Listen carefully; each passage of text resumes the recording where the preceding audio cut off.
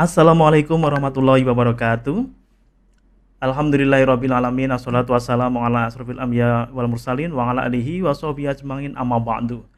Yang pertama marilah kita panjatkan syukur kehadirat Allah Subhanahu wa taala. Alhamdulillah di hari ini, hari Jumat tanggal 29 Juli 2022, kembali kita hadir menyapa Bapak Ibu sekalian, keluarga besar karyawan Rumah Sakit PKU Muhammadiyah Bantul dalam pengajian seluruh karyawan Rumah Sakit PKU Muhammadiyah Bantul kondisi sehat walafiat tanpa kurang suatu apapun. Kita selalu berdoa semoga Bapak Ibu sekalian terus diberikan nikmat kesehatan, panjang umur yang barokah, rezeki yang halal, thayyib dan berkah, dan keluarga yang sakinah mawaddah warohmah.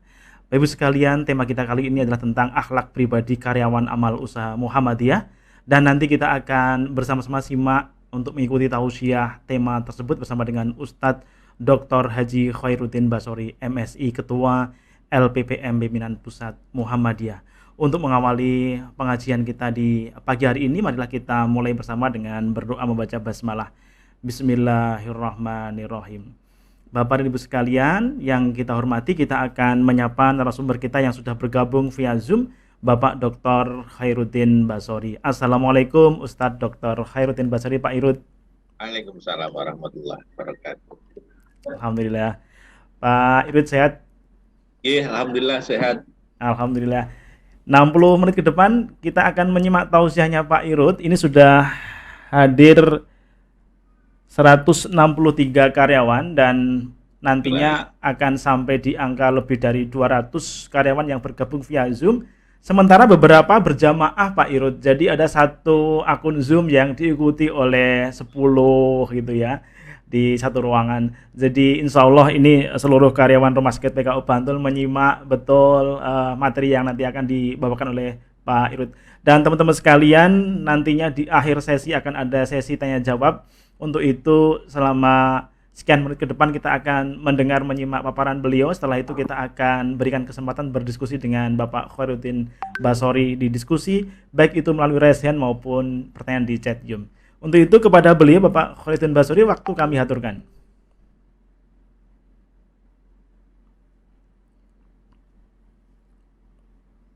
Baik, terima kasih. Assalamualaikum warahmatullahi wabarakatuh. Waalaikumsalam Saya warahmatullahi wabarakatuh. ikan nanti. Jadi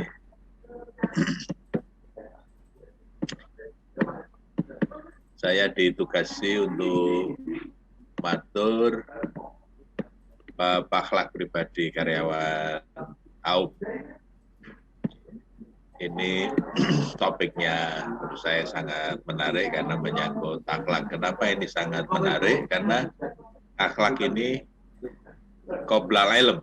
Jadi banyak orang yang berilmu tapi akhlaknya kurang bagus. Maka para ulama sering menyampaikannya sebagai akhlak itu lebih tinggi dari ilmu. Jadi akhlak qoblal ilm. Jadi kalau kita mendidik, membangun hanya anak-anak kita, mana dulu penguasaan akademik, ilmuwan, atau akhlak? Ya, akhlak dulu. Karena akhlak qoblal ilm. Nah, termasuk misalnya kalau pertanyaannya adalah kompetensi atau akhlak, ya akhlak dulu. Karena mengajarkan kompetensi itu lebih gampang daripada mengajarkan akhlak. Karena akhlak harus dari kecil kita pelan-pelan mengembangkan diri sampai kita punya akhlak yang baik. Nah, siapa yang memiliki akhlak yang baik itu ya tentu orang-orang yang saleh, salehah. Itu di dalam Al-Quran ada doa Rabbi habli minas salihin wahera, berilah aku keturunan yang soleh. Karena memang yang bisa akhlaknya bagus itu ya yang soleh. Walaupun kata Nabi Zabur mimpi anal ardo yarithuha ibadiyas solehun. Bahkan kata Allah dalam surat Al-Anbiya ayat 105 itu juga jelas sekali bahwa sesungguhnya setelah kami tulis di dalam Zabur, setelah tertulis juga di dalam Lauh Mahfud, artikan bahwa bumi ini akan diwarisi oleh hamba-hambaku yang saleh. Jadi yang akan sukses, yang akan berhasil di dunia itu ya Kalau yang di akhirat kan jelas. Tapi bahkan di dunia itu mereka yang saleh. Nah, saleh itu menyangkut dua hal. Pertama memang baik menurut agama, ya, by definition itu soleh itu baik secara normatif, itu memang baik. Tapi soleh itu juga baik dalam makna appropriate, dalam makna tepat, pas gitu. Maksudnya begini, di setiap bidang, di setiap level, itu kan ada requirement, ada persyaratan sendiri-sendiri. Oleh karena itu kita kenapa harus terus belajar, harus terus mengembangkan diri, karena di setiap bidang, di setiap level, di setiap tantangan itu ada persyaratannya yang khas. Sehingga kalau misalnya banyak orang itu yang misalnya katakan kalau kita bagi levelnya itu bawah, menengah, lalu atas gitu, bisa jadi itu sukses di level bawah. Tapi begitu naik di level menengah, ketika dia tidak mengembangkan diri menjadi lebih baik, baik dari sisi akhlaknya maupun dari sisi kompetensinya, dia bisa gagal juga. Atau ada orang yang berhasil di level menengah, tapi begitu dinaikkan lagi ke level yang lebih tinggi, belum tentu berhasil. Nah, kemarin itu kan kita menyaksikan banyak kasus yang kadang-kadang membuat kita bingung. Bahkan yang sekarang ini masih ada berita yang terus-menerus di media soal pembunuhan yang terjadi di rumah seorang jenderal misalnya. Padahal jenderal ini propam, ini bukan pengawasnya polisi. Tapi bisa terjadi, kita nggak tahu apa yang terjadi sesungguhnya sedang dicari. Tapi itu kan sesuatu yang mewujudkan semua pihak, sehingga bahkan sampai Presiden memerintahkan untuk ini dibuka tuntas. Nah, kemudian Kapolri, oh ini dinonaktifkan, ini dinonaktifkan, dan semua lembaga terlibat. Ini kan sesuatu yang sangat mengejutkan. Kenapa itu bisa terjadi? Nah, ini berkaitan dengan, karena orang itu semakin ke atas, level itu semakin tinggi, tantangannya juga semakin berat. Nah, maka diperlukan kesalehan yang lebih tinggi, baik dari sisi kompetensi maupun dari sisi akhlak, dari sisi karakter. Karena godaan di tingkat tinggi itu jauh lebih berat dengan godaan di tingkat yang lebih bawah. Saya sering bercanda. Kenapa banyak orang yang korupsi di atas? Ya karena di atas ada peluangnya untuk korupsi, dan yang bisa dikorupsi besar-besar kan gitu. Nah, sementara mungkin kalau kita yang di bawah tidak terlalu merasakan tantangan untuk korupsi, karena apa ya, memang nggak ada yang bisa kita korupsi karena nggak ada duitnya. Tapi bagi mereka yang di atas, tanda tangan saja bisa. Kenapa kemudian ada pimpinan daerah yang sampai kemarin itu yang menjadi viral juga, ya, di Jogja ada wali kota yang ditangkap, bahkan yang kemudian menjadi bendahara PBNU karena dulu juga bupati di Tanah Bumbu di Kalimantan Selatan. Itu juga soal izin, bukan soal izinnya, tapi yang menyertai izin itu kan biasanya ada rembukannya, ada pelizinnya dan lain sebagainya. Itu bisa terjadi karena apa? Ya karena di tingkat yang lebih tinggi godaannya lebih berat. Saya mengalami, misalnya suatu ketika ada WA masuk ke HP saya. Lalu WA itu bilang begini, Ustadz, saya gadis 25 tahun, tolong dicarikan pasangan. Nah, sampai di situ nggak ada masalah. Tapi masalahnya setelah koma itu dia bilang, tapi kalau Ustadz berminat juga oke. Itu kan jadi susah. Kita mau jawabnya bagaimana itu coba. Kita sudah tahu itu gadis 25 tahun, terus dia minta dicarikan pasangan. Kalau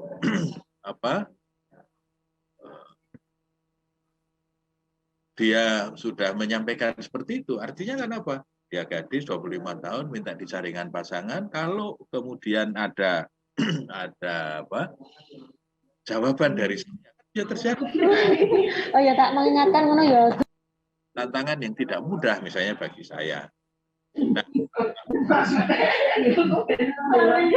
hanya masing-masing.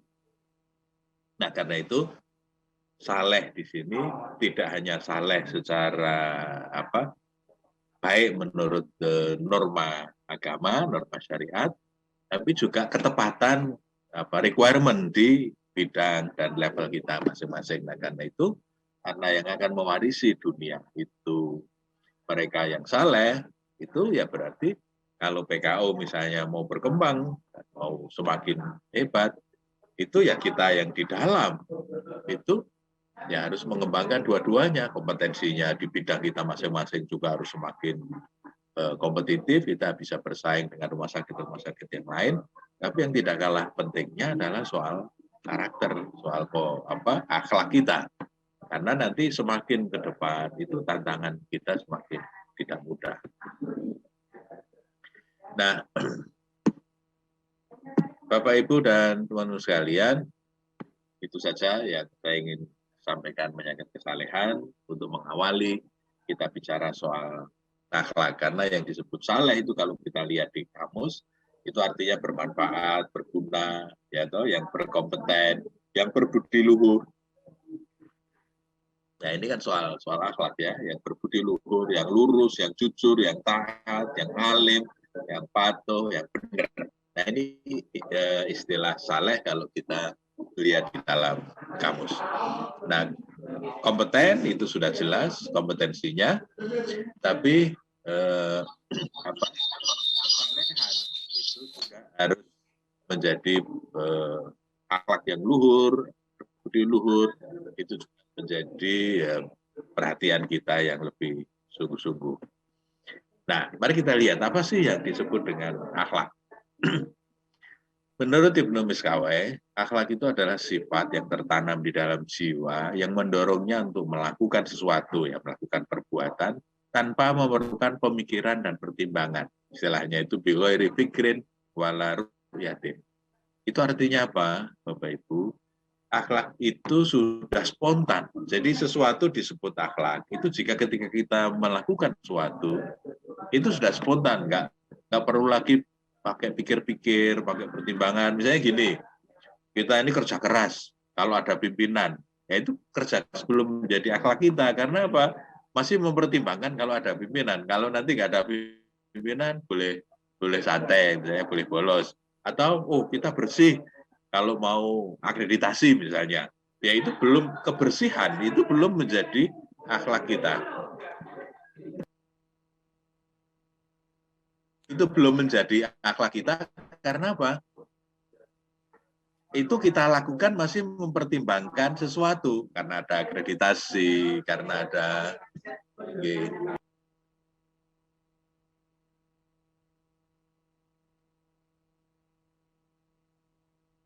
kita bisa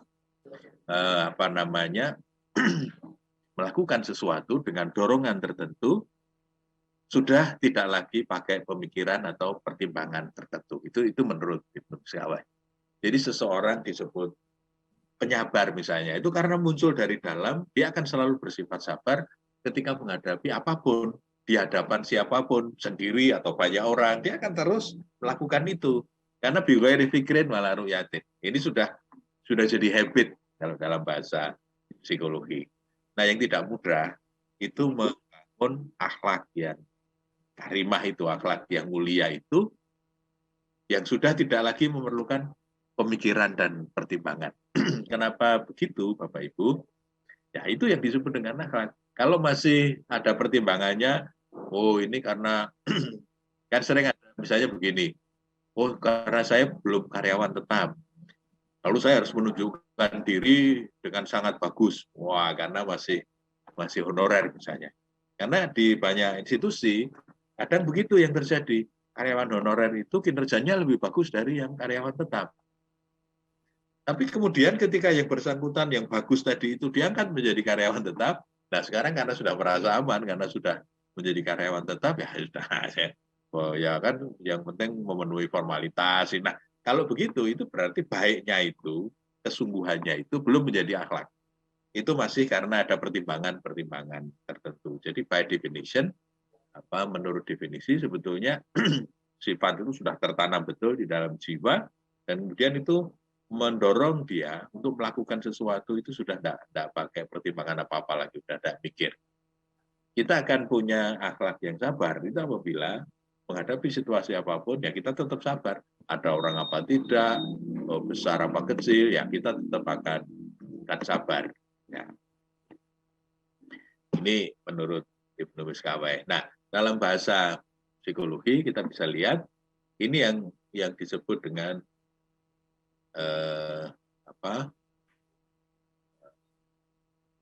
habit. Ya, habit itu berarti komponennya ada 3. Ada knowledge, ada desire, ada skill. Maka irisan dari 3 lingkaran itu yang namanya habit. Itu yang namanya kalau dalam bahasa kita sebut dengan istilah akhlak. Berarti apa Bapak Ibu? Kalau kita ingin punya akhlak yang baik, maka nilai yang baik itu harus memenuhi 3 lingkaran. Secara normatif kita tahu pengetahuan itu ya, bahwa itu memang baik. Jadi menurut kita itu baik. Itu baru 1 lingkaran, yaitu knowledge. Yang kedua, desire. Maksudnya desire itu begini. Ini yang disebut dengan niat. Kenapa Nabi menyampaikan innamal a'malu binniyat? Segala sesuatu tergantung pada niatnya. Karena itu ada lingkaran yang kedua. Kita sudah tahu itu baik. Tapi kalau memang tidak diniati, ya nggak jalan.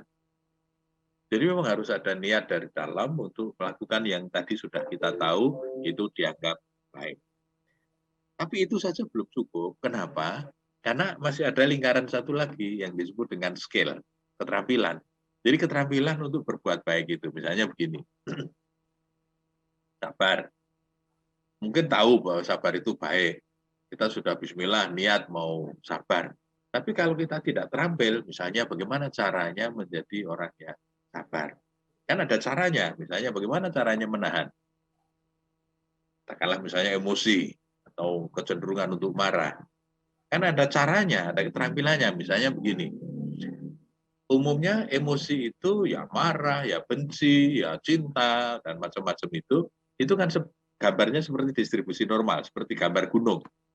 Jadi ada mulai dari bawah, kemudian naik, nanti kalau sudah sampai ke puncak kan nanti juga turun lagi, turun. Nah, teorinya kan begini, kalau kita tahu skill-nya untuk menahan amarah, berarti apa yang membuat kita marah itu biasanya apa, sudah kita kenali, maka ketika emosi kita mulai tersurut, itu baru mulai naik, sudah kita kontrol, sudah kita putus. Kenapa? Dengan cara mengontrolnya jadi gampang, karena belum naik betul. Tapi kalau istilah orang-orang sekarang sering mengatakan, ini sudah sampai ke ubun-ubun. Nah, kalau sudah sampai ke ubun-ubun, susah dikontrol. Nah, maka sebelum naik sampai ke ubun-ubun, udah dikontrol dulu itu lebih mudah. Nah, itu yang saya maksud dengan skill. Ada keterampilan bagaimana caranya mengelola amarah, bagaimana caranya menerima kecewaan. Nah, itu semua adalah keterampilan emosi. Nah, karena itu 3 lingkaran ini, 3 komponen ini mestinya harus kita kembangkan semua. Jadi ada olah pikir karena itu menyangkut pengetahuan, ada olah rasa karena itu menyangkut motivasi, menyangkut desire, menyangkut niat, tapi juga ada mungkin kita menyebutnya sebagai olahraga karena itu sudah menyangkut keterampilan, kekuatan fisik dan sebagainya. Nah, kalau 3 lingkaran itu bisa beririsan, nah tinggal sekarang semakin menyatu antara pengetahuan, niat, dan keterampilan, maka habitnya akan semakin besar kan? Irisan 3 lingkaran yang di tengah itu akan membesar. Tapi sebaliknya, ada orang itu yang antara pengetahuan, niat, sama keterampilannya nggak nyambung. Jadi 3 lingkaran itu terpisah, ya tidak akan terjadi habit. Atau ada irisan, tapi irisannya cuma kecil. Ya itu kadang-kadang baik, tapi misalnya lebih banyak yang, kalau ngomong bisa berbusa-busa, bisa bagus sekali. Tapi begitu prakteknya nggak jalan, misalnya gitu. Itu karena apa? Belum menjadi habit. Bisa jadi karena ada salah satu lingkaran yang kecil atau posisinya yang menjauh, sehingga irisan-irisannya jadi kecil. Nah, kalau kita lihat dalam rumusan PHIWM, ya, Pedoman Hidup Islami Warga Muhammadiyah, itu kan setiap warga Muhammadiyah itu dituntut untuk meneladani perilaku Nabi, karena Nabi diturunkan Kita tahu persis bagaimana akhlak beliau yang luar biasa, akhlak mulianya kita tiru. Sehingga kemudian bukan hanya Nabi yang bisa menjadi uswah hasanah, tapi kita juga bisa diteladani oleh sesama. Karena sifat-sifat mungkin kejujuran kita, amanah kita, kemampuan komunikasi kita, atau kreativitas kita. Nah, karena kita ittiba kepada junjungan kita Rasulullah Muhammad SAW, lalu kita akan tumbuh menjadi pribadi yang sangat menarik. Ya bagaimana nggak menarik, orangnya jujur, bisa dipercaya, komunikasinya enak, solutif, ya istilahnya Bu Tejo kan gitu. Fatonah, apa bedanya? Kan begini, Bapak Ibu, ada dua cara berpikir. Fatonah itu sebetulnya, kenapa tadi saya lebih menerjemahkannya sebagai kreatif? Karena fatonah itu banyak akal, ya. Karena begini, orang berpikir itu bisa dibagi dua, konvergen sama divergen. Kalau konvergen itu memusat. Memusat itu berpikir reproduktif. Berpikir reproduktif itu artinya apa? Hanya mengingat, hafalan. Kalau ditanya, cepat bisa jawab. Dan yang benar cuma satu. Misalnya, Perang Diponegoro terjadi tahun berapa? 1825 sampai 1830.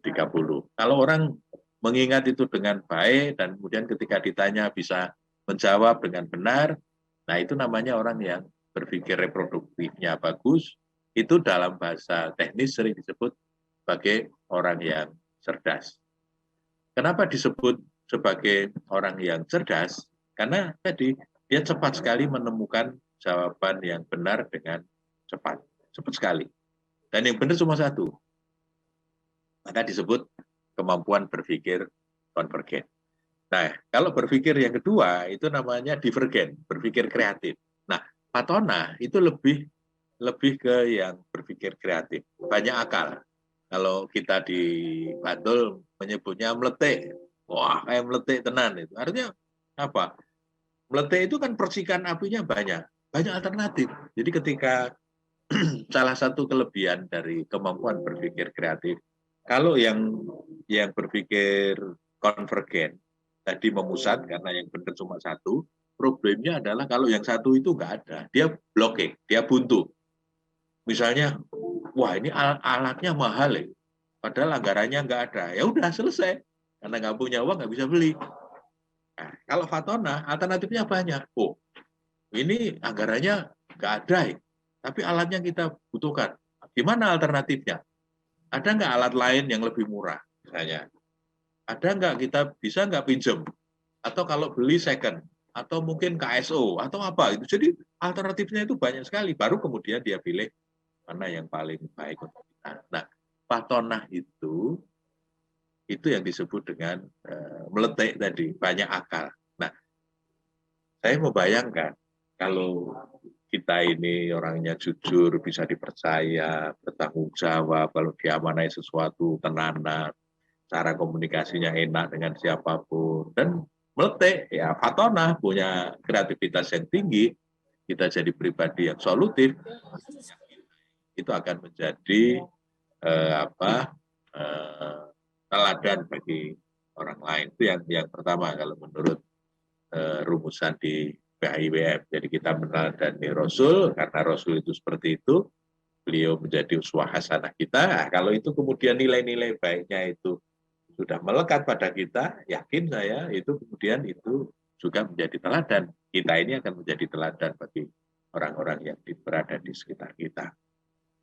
Yang kedua, setiap warga Muhammadiyah dalam melakukan amal dan kegiatan hidup harus senantiasa didasarkan kepada niat yang ikhlas, ya tadi desire tadi, dalam wujud amal saleh. Jadi ikhlas itu, saya ingin memberi catatan kecil, ikhlas itu bukan sekedar tanpa pamrih. Kalau di dalam Islam, yang namanya ikhlas itu bukan tanpa pamrih, tapi pamrihnya cuma satu, lillah. Hanya semata-mata ingin mendapatkan ridho Allah. Nah, kemudian kita wujudkan dalam bentuk amal saleh dan ihsan, serta menjauhkan diri dari perilaku ria, sombong, isrof, fasad, fahsya, dan kemungkaran. Nah, teman-teman, Bapak Ibu nanti bisa membuka surat Al-Baqarah ayat 112. Al-Baqarah ayat 112 itu nanti bisa dilihat halaman 17 di Quran di sebelah kanan dan paling bawah. Itu Al-Baqarah 112. Fala man aslama wajhahu lillah wa huwa muhsinun falahu ajruhu 'inda rabbih wala khaufun 'alaihim wala hum yahzanun. Jadi ayat ini jawaban Allah terhadap klaim orang-orang Nasrani dan Yahudi yang mereka merasa bahwa yang diterima amalnya yang bisa masuk surga itu hanya mereka. Lalu Allah mengatakan, "Bala, bukan begitu. Tapi siapa yang akan mendapatkan surga, akan mendapatkan balasan, kehidupan yang baik, itu adalah man aslama wajhahu lillah. Siapapun yang menundukkan wajahnya semata-mata karena Allah. Jadi betul-betul hanya lillah, bukan karena yang lain. Yang kedua, wahuwa muhsinun, dan dia berlaku ihsan. Nah, dalam syarah hadis diceritakan yang namanya ihsan itu itqan, melakukan yang terbaik. Jadi tidak cuma baik, tapi yang terbaik. Berarti apa, Bapak Ibu? Kita belajar untuk mentradisikan dua hal. Satu, niatnya diperbaharui supaya betul-betul lillah. Dan kalau kita betul-betul lillah, itu nggak ada lelahnya. Maka anak-anak muda sering mengatakan lelah diganti dengan lillah. Dan yang kedua, ihsan, itqan, melakukan yang terbaik. Jadi di posisi apapun, dimanapun kita berada, lakukan yang terbaik. Sebagai bapak juga menjadi bapak yang terbaik. Sebagai ibu juga menjadi ibu yang terbaik. Sebagai pimpinan, ya pimpinan yang terbaik. Menjadi bawahan, ya bawahan yang terbaik. Kalau kita mentradisikan perilaku yang terbaik, pasti kehidupan kita akan bagus. Karena apa? Jawaban Allah di surat Al-Baqarah 112 tadi, setelah kita man aslama wajhahu lillah wa huwa muhsinun, kata Allah, falahu ajruhu 'inda rabbih. Nanti Allah piyambak ingkang badhe paring piwales. Allah sendiri yang akan membalasnya. Berarti Allah sendiri yang akan mengganjar kita dengan macam-macam, yang akan menganugerahi kita dengan banyak hal. Itu Allah sendiri. Bukan atasan, bukan siapa-siapa, bukan orang lain. Tapi Allah sendiri. Nah, padahal kalau Allah memberi ganjaran, memberi karunia, memberi balasan, wah itu tanpa perhitungan, karena rezeki Allah itu tidak terbatas. Tapi syaratnya dua, ikhlas sama ihsan. Falahu ajruhu 'inda rabbih. Maka Allah sendiri yang akan memberikan balasannya. Dan yang paling hebat, Bapak Ibu, nanti Bapak Ibu akan dapat dua bonus. Apa bonusnya? Wala khaufun 'alaihim wala hum yahzanun. Tidak ada rasa khauf, rasa takut, rasa khawatir, bebas dari kecemasan. Dan yang kedua, wala hum yahzanun, dan juga tidak pernah bersedih hati.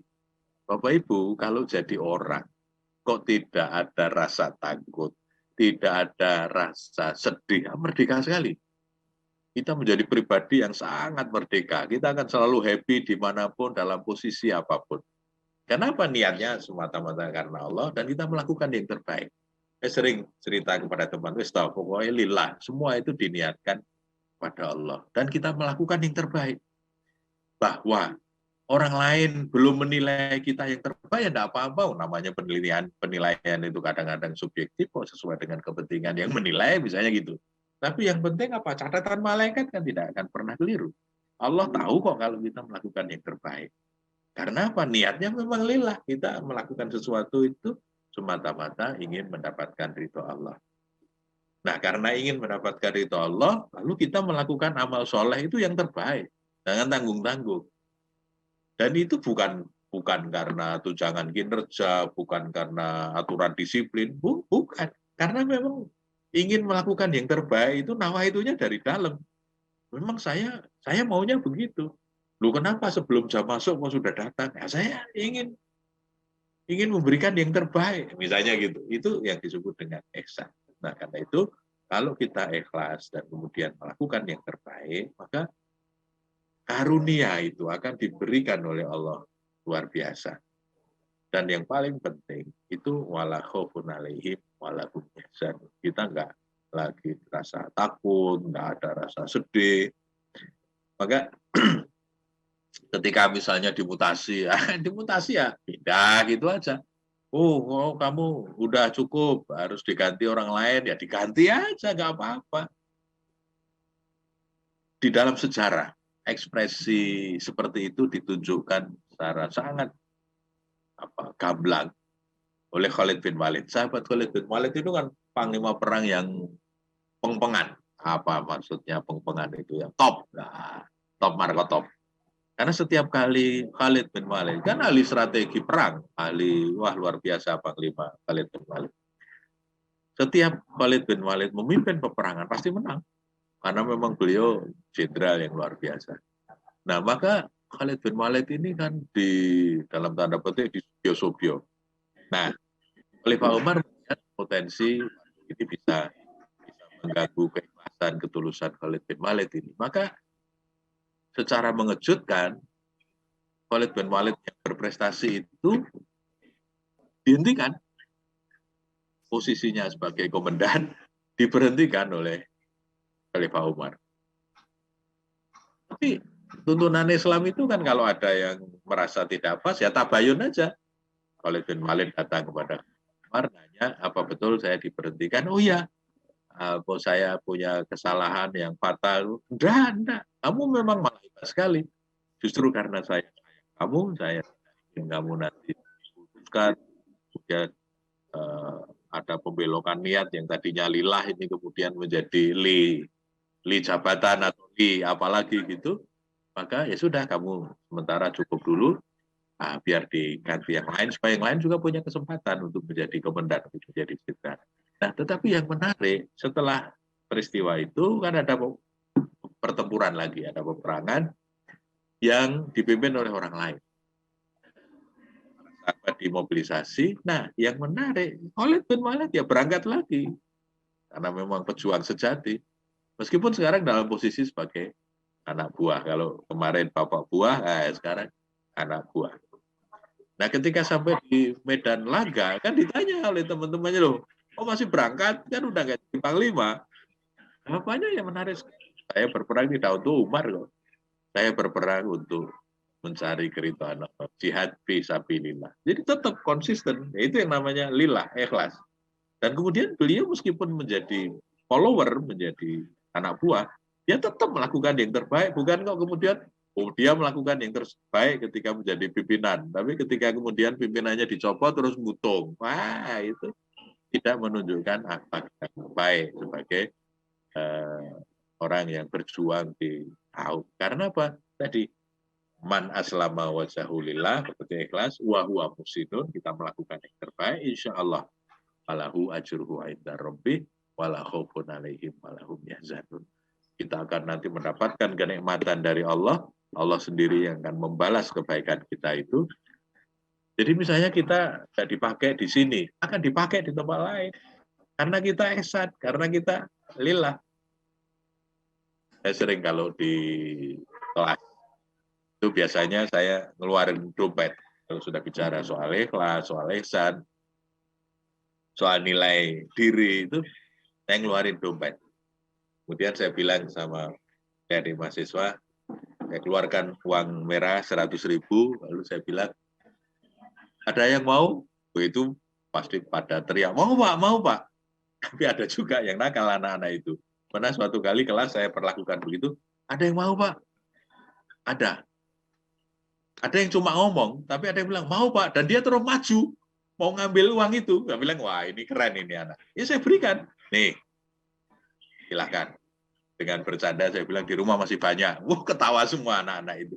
Tapi itu cuma bercanda. Saya hanya mengatakan, ini uang, kenapa Anda mau? Karena berharga, punya nilai tukar. Jadi semua orang pada mau. Nah, sekarang kalau uang itu saya lipat-lipat, kayak wel-wel gitu. Apa di wel-wel itu bahasa Indonesianya apa? Diremas-remas. Mau nggak? Mau, karena masih laku kan, masih bernilai.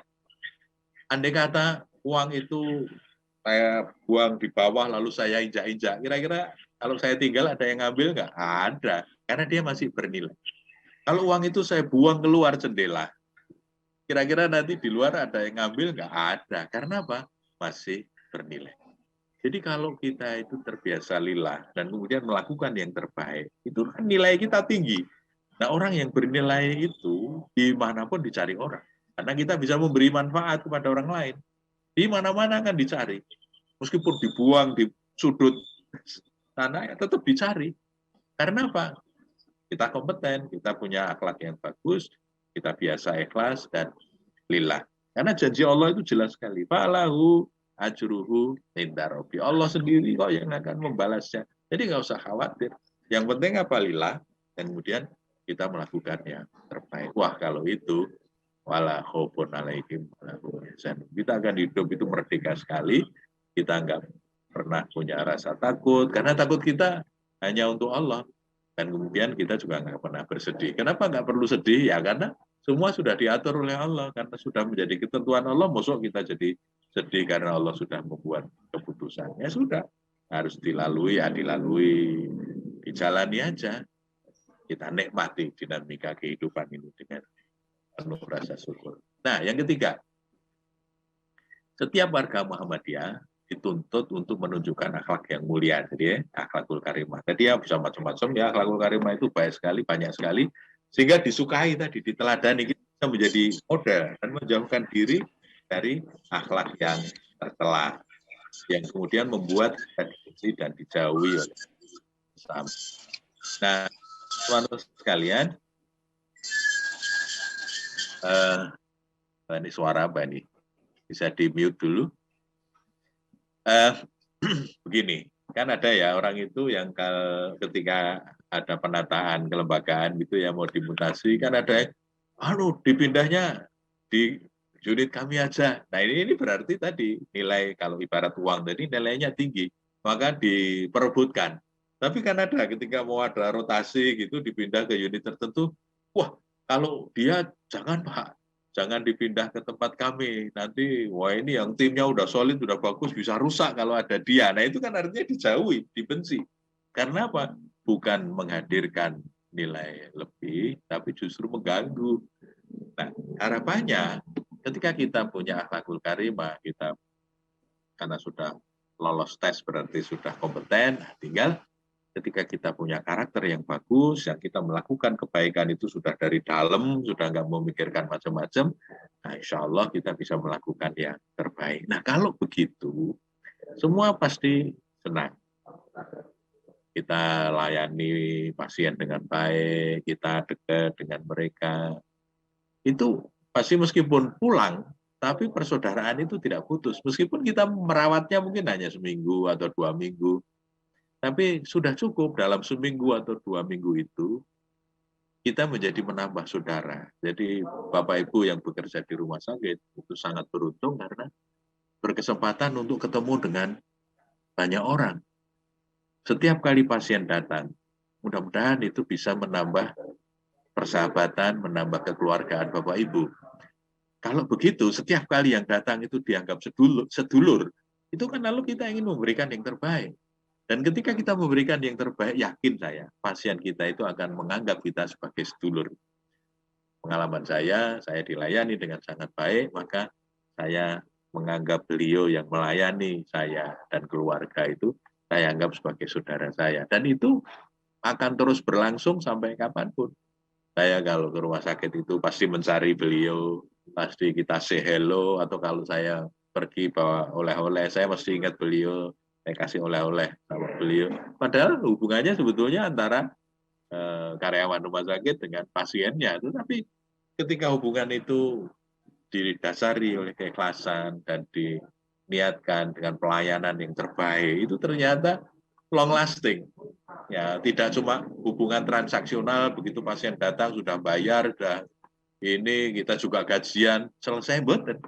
Tapi bahkan kemudian jangka panjang, ya dalam jangka panjang itu ada persahabatan, ada persaudaraan yang terus bisa kita bangun. Yang awalnya hubungannya adalah sebetulnya relasi profesional aja karena kita pasien, beliau orang rumah sakit. Tapi begitu lillah dan kemudian dilayani dengan yang terbaik, maka hubungan batin itu akan terus terjaga. Pertanyaannya, kira-kira kalau saya sakit lagi, mau kemana? Ya mesti ke PKU lagi. Karena apa? Itu tadi merasa saya diperlakukan dengan sangat baik. Nah, yang keempat, setiap warga Muhammadiyah dimanapun bekerja dan menunaikan tugas maupun dalam kehidupan sehari-hari, harus benar-benar menjauhkan diri dari perbuatan korupsi, kolusi, dan praktek-praktek buruk lainnya. Nah, ini soal kejahatan moral kan ini, yang kemudian merugikan hak publik dan membawa kehancuran dalam kehidupan di dunia ini. Dan jangan sampai kemudian karena akhlak kita yang tidak bagus, ya kita bisa saja korupsi, kita bisa saja kolusi, atau melakukan tadi akhlak yang tidak baik, yang kemudian merugikan institusi, merugikan banyak pihak, mencoreng nama rumah sakit, dan sebagainya. Kita baru saja dikejutkan dengan kasus ACT misalnya. Ya bisa saja orang punya argumen, ya kan nggak apa-apa supaya profesional pimpinannya digaji 250 juta. Kan pertanyaannya, presiden saja tidak segitu. Yang kedua, lah ini kan uang sumbangan, mosok dipakai untuk gaji sebesar itu. Ya itu kan wajar kalau ada pertanyaan. Ya ada kasus-kasus yang seperti itu. Itu yang kemudian, waduh, yang tadinya filantropi keagamaan itu sudah berjalan dengan baik dan semua orang sudah percaya dengan institusi itu, ya akhirnya kan sekarang orang jadi ragu-ragu. Nah, maka ini juga menjadi tantangan bagi laizisme bagaimana supaya lebih akuntabel, lebih terbuka, lebih bisa dipertanggungjawabkan sehingga orang semakin percaya. Insya Allah kalau akhlaknya baik itu Allah kok yang akan mendatangkan rizkinya dari langit dan bumi. Nah, Bapak Ibu, kalau kita merujuk kepada tadi teladan kita Rasulullah Muhammad SAW, kita bisa punya banyak ini, Pak, punya banyak indikator. Misalnya dalam hadis ini. Jadi ini hadis bisa dilihat di Sahih Muslim, misalnya di bab Badul Wahyi, awal mula turunnya Al-Quran. Jadi rupanya pada saat Nabi menerima wahyu yang pertama, itu ya belum pernah ketemu dengan malaikat Jibril. Dan kalau Bapak pernah melihat Gua Hira itu sangat tinggi, terpencil di atas pegunungan yang sangat terjal. Bayangkan dulu gelap gulita, nggak ada penerangan, sendirian, tiba-tiba didekap oleh malaikat Jibril. Itu kan ya kalau menakutkan kan wajar saja. Nah, kemudian Nabi pulang karena ketakutan, mendapatkan amanah untuk menjadi utusan Tuhan. Dia dalam keadaan yang ya khawatir, sangat takut karena itu tugas berat dan tadi pertama kali ketemu dengan malaikat Jibril. Sampai di rumah minta diselimuti, jamiluni, jamiluni, selimuti aku.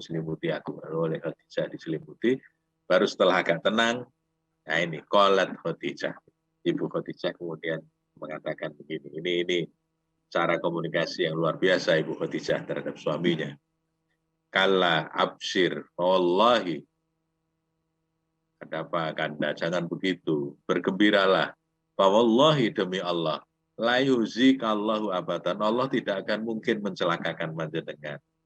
Wallahi demi Allah, Allah tidak akan mencelakakan panjenengan. Kenapa? Nah, ini ada innaka latasilur rahim. Karena panjenengan itu adalah ahli silaturahim. Jadi selalu menyambung persahabatan dengan siapapun. Tidak suka memutus silaturahim. Kemudian watas dukul hadis. Panjenengan itu kalau ngendiko mesti jujur apa adanya. Panjenengan itu orang jujur, maka disebut al-amin. Wa tahmilul kal. Ini yang lekan golek momongan. Ringan membantu menyelesaikan persoalan orang lain. Yang ketiga, wataksibul mahdum, selalu mengadakan yang belum ada. Ini juga gemar memberi bantuan. Watakridoi, memuliakan tamu. Watu'ainu ala nawaibil haq, dan selalu berpihak kepada yang benar. Nah, karena Anda begitu, tidak mungkin Allah menyengsarakan panjenengan. Maka kalau kita lihat akhlak Nabi, itu seperti itu. Orang yang senantiasa menyambung silaturahmi, maka di dalam tafsir Al-Qurtubi ditegaskan bahwa menyambung silaturahmi itu hukumnya wajib. Dan memutus silaturahmi itu hukumnya haram. Maka ya silaturahmi itu harus terus disambung, persaudaraan, persahabatan itu harus terus disambung. Jangan hanya karena perbedaan kecil atau kesalahan-kesalahan kecil kemudian persahabatan menjadi terputus. Ya kalau berkata jujur, suka menghilangkan kesulitan orang, jadi suka membantu, memberi kepada yang tidak punya, suka mengadakan sesuatu yang orang lain tidak punya, dia bagi, memuliakan tamu, dan menjadi pembela kebenaran. Nah, kalau begitu, teman-teman sekalian, insya Allah kita akan tadi mendapatkan balasannya langsung dari Allah Subhanahu wa Ta'ala. Di Bukhari yang bisa kita lihat ya seperti ini. Nah, maka mari kita cek, kita kira-kira kalau diukur, katakanlah misalnya silaturahmi, kita cek ya. Kalau paling males silaturahmi itu kasih skor 1. Misalnya, kalau paling bagus silaturahminya kita kasih skor 5. Nah, kira-kira urusan silaturahmi ini kita termasuk yang berapa ini? 1, 2, 3, 4, atau 5. Begitu seterusnya. Soal kejujuran. Ini 1, 2, 3, atau 5. Kalau ngomong jujur enggak? Yang ketiga, kesediaan kita untuk legan golek momongan, menghilangkan kesusahan orang, membahagiakan orang, itu seberapa? Kemudian kesediaan kita berbagi seberapa? Seberapa kita sudah bisa memuliakan tamu? Kita ladeni, kita sebut namanya, kita antarkan sampai ke depan, bahkan mungkin kalau kita antarkan sampai ke airport misalnya kemana, kalau itu memuliakan tamu. Kita kasih hidangan yang terbaik yang kita punya, itu namanya memuliakan tamu. Kita hargailah tamu kita itu. Kemudian keberpihakan kita kepada siapa? Nah, ini membela kebenaran. Itu 1, 2, 3, 4, atau 5. Kadang-kadang kan begini. Ya tahu sih yang benar yang ini, tapi waduh itu resiko itu. Wah nanti kepentingan saya bisa terganggu. Oh lalu tidak membela yang benar, tapi ada yang kemudian istilah guyonnya itu membela yang bayar, ya, karena kepentingan. Atau ada yang lain, yaitu ya ini yang lebih ringkas di hadis Muslim nomor 4266 ada cerita orang bertanya kepada Anas bin Malik, Rasulullah itu orangnya seperti apa sih? Nah, dijawab oleh Anas bin Malik. Anas bin Malik ini kan orang yang pernah ya lebih dari 10 tahun itu tinggal di rumah Nabi. Jadi dia tahu persis Nabi itu kesehariannya seperti apa. Ya kalau orang yang tinggal di rumah itu kan ngerti jobon jerone. Kalau kita lihat orang hanya di luar itu ya wah ketok ya ampuh banget ya neng jobon neng omah seperti apa nggak tahu kita. Nah kebetulan yang ditanya ini Anas bin Malik ini juga orang yang pernah tinggal bersama Nabi lebih dari 10 tahun. Maka dijawab oleh Anas bin Malik. Qala ya menjawabnya atas pertanyaan orang itu begini. Karena Rasulullah Shallallahu Alaihi Wasallam ahsanan nas wa kana ajwadan nas wa kana asyja'an nas. Jadi Rasulullah Shallallahu Alaihi Wasallam itu orangnya wah sapi banget, orang yang paling baik, paling pemurah dan paling berani. Nah, artinya apa? Saya sering bilang pada teman-teman, kalau orang beragama secara benar, setidak-tidaknya metu telu, mesti wong ya. Dan berani. Itu yang beragama yang betul mesti begitu. Orangnya mesti api, nyenengke, kemudian pemurah ya, dermawan, dan berani untuk berkata tidak, untuk amar ma'ruf nahi mungkar itu berani, tentu bil hikmah ya, wal mau'izatil hasan. Kalaupun terpaksa harus berdebat, wajadilhum billati ahsan, ya tetap dengan bijak, berdebat pun dengan argumen-argumen yang bisa dipertanggungjawabkan.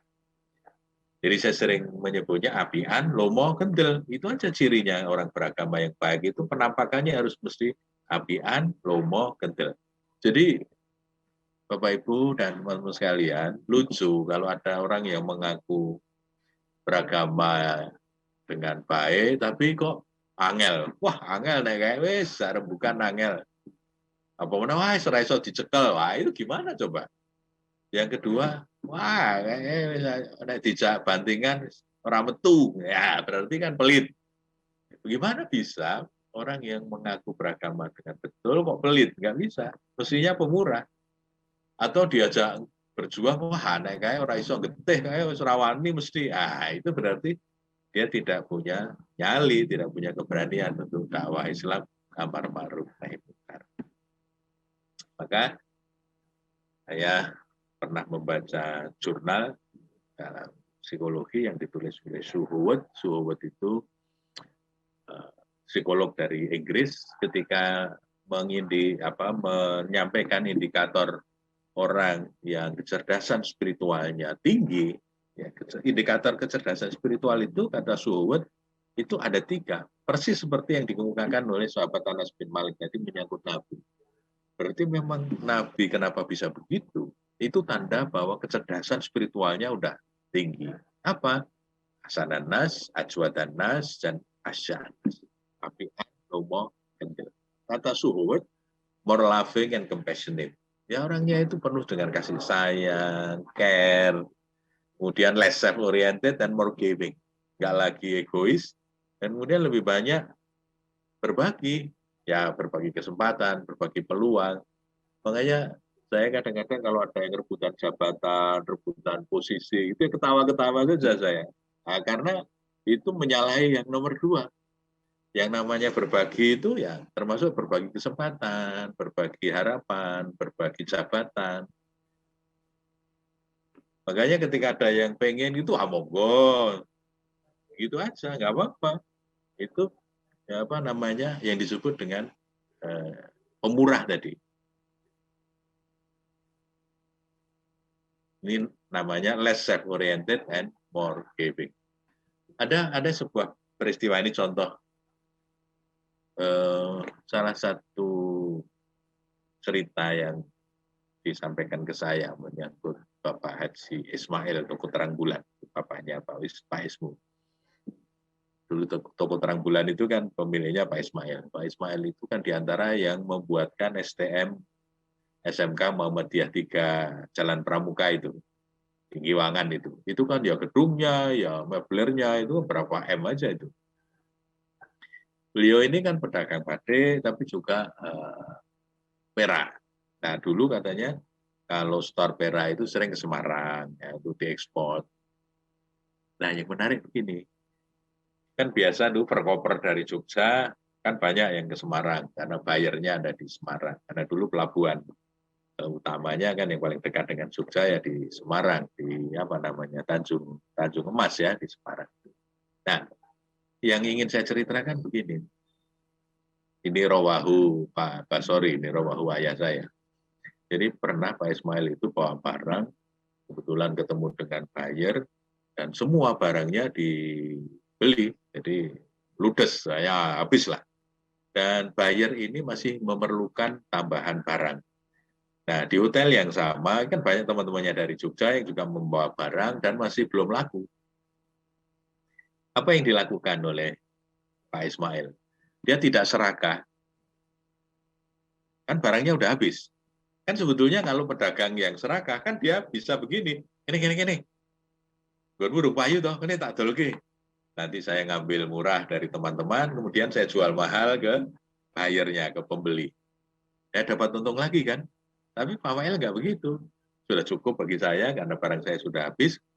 Lalu teman-temannya yang satu hotel itu dikasih tahu, pakai pembeliku saya butuh barang, sampean temoni dewi sana. Jadi teman-temannya ini diminta untuk menemui bayarnya. Jadi tidak disembunyikan, tapi malah dibagi. Terus kayak temonono dewi, rebukono dewi. Dan akhirnya apa?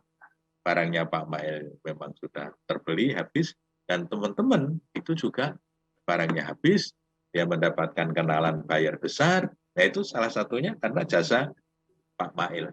Tapi kalau pedagang biasa kan mesti golek untung, terus gini, kabet saya yang bawa, lalu saya ngambil untung, nah, nanti keuntungan yang banyak ada pada saya, bukan pada milik barang. Nah, kedermawanan itu kadang-kadang diujinya begitu, ketika ada kesempatan, apa yang dia lakukan. Tapi contoh Nabi tadi kesediaan untuk berbagi. Maka cirinya kata Suhud, less oriented and more giving. Nah, yang ketiga adalah janas, kendel, kesediaan untuk berbagi. Jadi yang lomo, nah ini keberanian untuk dakwah amar ma'ruf nahi mungkar. Courage, dia ada keberanian untuk menyatakan yang benar. Jadi orang yang begini kan merdeka sekali. Orang yang baik, dermawan, dan pemberani. Nah, oleh karena itu, Pak Ibu, untuk bisa begitu, ya kita harus, kalau anak sekarang menyebutnya hijrah. Hijrah itu mulai dari keyakinan yang disebut dengan hijrah intiqodiyah. Karena basisnya itu mulai dari keyakinan. Kenapa kita yakin dengan Allah? Nah, itu karena akidah kita mengatakan, nah, semua itu kan sudah diatur. Semua atas izin Allah. Maka ketika akidah kita betul, itu yang disebut dengan hijrah intiqodiyah. Kita akan menjadi pribadi yang lebih kokoh. Yang kedua adalah hijrah fikriyah. Yakinnya sudah oke. Nah, kemudian cara berpikirnya, ya, fikrohnya itu juga harus diperbaiki supaya lebih sehat, lebih lurus, lebih islami. Karena kalau pikiran yang nakal itu kan kemudian bisa aneh-aneh. Tapi kalau pikirannya saleh, pikirannya lurus, ya yang kita pikirkan ya soal ketaatan, soal amal soleh. Tapi pikiran saja tidak cukup. Yang juga harus kita ajak hijrah itu adalah syuur. Hijrah syuuriyah. Syuur itu perasaan. Jadi keyakinannya, mestinya tauhidnya sudah oke, kemudian pemikirannya oke. Nah sekarang supaya kita bisa itibak Nabi tadi, yang harus kita latih juga syuur kita, perasaan kita. Bagaimana agar apa yang kita cintai, apa yang kita minati, itu disesuaikan dengan tuntunan. Jadi semuanya itu cita rasa, hobi, itu selalu dikaitkan dengan tuntunan. Istilah Nabi itu tabaan lima bihi. Mengikuti apa yang diturunkan kepadaku. Ya ikut Quran. Kalau Quran mengatakan jangan, ya kita nggak suka. Kalau Quran mengatakan bagus, ya kita ikut mengatakan bagus. Kalau tuntunannya, misalnya gini, ini contoh. Ini soal syuur, soal perasaan. Sekarang ini kan orang sangat senangnya kuliner. Waduh, kalau sudah cerita kuliner itu sing enak ngendi, hafal kabeh. Bakmi ngendi, atau sate ngendi, wah hafal kabeh. Nah, pertanyaannya begini. Ketika agama mengajarkan untuk memperbanyak puasa, Senin Kemis, Ayamul Bid, atau Pakan Dawud. Sementara di sisi lain cita rasa kita suka kuliner. Pertanyaannya, kalau secara jujur perasaan kita ditanya, lebih pro puasa atau pro kuliner? Nah, kalau masih pro kuliner kan berarti belum syuurnya, hobinya, cita rasanya, itu belum mengikuti tuntunan. Nah, bagaimana mulai dari keyakinan, cara berpikir, itu nanti menyesuaikan supaya syuur, rasanya juga menyesuaikan. Contoh yang sederhana begini. Istri saya itu tumbuh dari keluarga yang ya pokoknya Jawa Tengah. Artinya tradisinya itu nek eso ya mesti naskiter. Dan ibu mertua itu ibu yang kalau bikin teh manis itu mantap jiwa, enak sekali. Sehingga istri saya itu dulu kalau dalam perjalanan pusing atau apa itu mesti anu mas boleh teh panas dhisik itu. Jadi bukan cari bodrek apa cari naspro dan dulu gitu ya untuk obat pusing apa proneuron enggak, yang dicari itu teh hangat. Jadi begitu mabuk atau apa gitu masuk angin dikasih teh hangat manis sembuh, enak, merasa sehatin. Nah, kemudian semakin tua kita menyadari ini tadi keyakinan, kemudian pikiran kita mulai menyadari wah ini nas kita diterus-terus ke gulone iso munggah apalagi potensi keluarga ada dan lain sebagainya. Lalu kami menyadari wes saiki jajal rasa nganggo gula. Nah, misalnya pakai teh ya sedikit saja tapi serasa nganggo gula. Ya nggak apa-apa sih, cuma jaga-jaga biar lebih sehat. Awalnya ya Biasanya nas gitu kok ini istilahnya itu teh ayu, teh cuma semburat dan tidak pakai teh tawar itu kayak kalau di Jawa Barat itu kan biasanya. Nah, setelah beberapa lama kita membiasakan diri dengan teh tawar. Nah, suatu ketika kan kalau jagong atau rapat kan juga disuguh teh manis. Nah, itu istri bisa komentar begini, anu kok saya ini rasanya enek ya, wah gaya. Biasanya nek orang lagi menggulai, tapi sekarang karena sudah biasa tawar, itu kemudian begitu dikasih manis itu merasa nggak enak. Lalu porsi, misalnya makan. Itu kalau dulu kita ini ya namanya canom, itu kalau makan kan nek ora tandu kan urung dahar. Jadi kalau makan ya banyak. Tapi setelah menyadari semakin tua harus mengurangi porsi. Nah misalnya porsi nasinya sekarang itu makan sedikit sudah merasa kenyang. Kadang-kadang teman-teman lihat saya yang biasanya kalau makan wah petudru gitu. Terus sekarang saya kalau makan nasinya cuma sedikit, gaya dia tuh mas. Oh, rice menyadari nah itu serasa ukai-ukai sithik cukup misalnya gitu. Nah, itu yang saya maksud, orang bisa kok berubah, tapi ya itu mulai dari keyakinan, pikiran. Nah, sekarang perasaannya juga harus dirubah. Kita harus punya niat untuk menyesuaikan dengan tuntunan. Nah, di ujung-ujungnya yang disebut dengan hijrah sulukiyah. Suluk itu perasaan. Jadi yang diajak hijrah itu adalah suluk itu perilaku, maaf yang syuur tadi yang perasaan, suluk itu behavior, perilaku. Maka hijrah sulukiyah itu perpindahan tingkah laku. Ya, perubahan kepribadian, tadi akhlak ya, dari yang buruk akhlak yang mulia, yang terpuji, yang lebih sehat, yang lebih efektif bagi kemaslahatan bersama. Kalau sudah bisa begitu, insya Allah Bapak Ibu dan teman-teman sekalian, mudah-mudahan kita akan menjadi pribadi yang lebih baik dimanapun kita berada, dalam posisi apapun, ya di kantor, di rumah sakit, di rumah, di jalan, dimanapun, kita selalu bisa melakukan ihsan, melakukan amal yang terbaik dan lillah. Kemarin ada contoh viral yang bagus sekali. Ada ibu-ibu yang membantu tukang beca mendorong di tanjakan, mendorong beca. Jadi ibu-ibu ini naik motor, lihat tukang beca yang keberatan bawa muatan kayu banyak itu susah mendorongnya untuk naik. Lalu ibu-ibu ini turun, lalu ikut mendorong dengan gembira, dengan gembira itu karena lillah, dengan gembira ikut mendorong. Nah dari jauh ada yang berseberangan itu merekam, dan itu kemudian diunggah, lalu banyak diiringi doa, dan akhirnya kan video itu viral. Bahkan di TV juga banyak diunggah. Karena apa? Oh, ternyata masih ada kebaikan. Nah itu yang suluknya berubah kan luar biasa. Ada kesediaan untuk menolong dan dia tidak kemudian ini supaya di upload, enggak. Dia nolong saja. Nah ternyata orang lain yang melihat dan itu kemudian menjadi inspirasi bagi banyak pihak. Nah, ternyata kita bisa lomo, kita bisa berani, kita bisa apian, itu tidak usah menunggu hebat, tidak usah menunggu besar, kita bisa mulai dari yang kecil-kecil. Dan itu kemudian insya Allah akan menjadi ekspresi dari akhlak mulia kita, dari kebagusan akhlak kita. Kalau kita membiasakan diri untuk ikhlas dan kemudian melakukan yang terbaik, itu akan jadi orang yang tidak gampang stres, tidak gampang baperan, karena semua yang kita lakukan itu karena muncul dari dalam, bukan dorongan dari luar, itu bedanya. Karena kalau dorongannya dari luar, itu nanti kalau yang di luar itu nggak ada, menjadi gelo. Kita ingin sesuatu, nggak kesampaian, gelo. Ini apresiasi, kok tidak diapresiasi, gelo. Tapi kalau lillah, kita sudah tahu bahwa pun dicatat malaikat, sudah Allah sudah preso.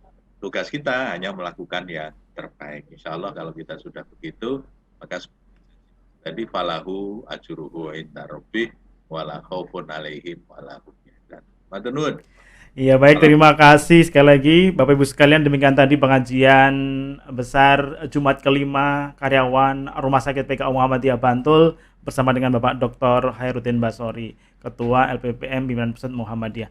Bapak Ibu sekalian, kiranya demikian pengajian kita kali ini. Semoga kita banyak bisa memetik hikmah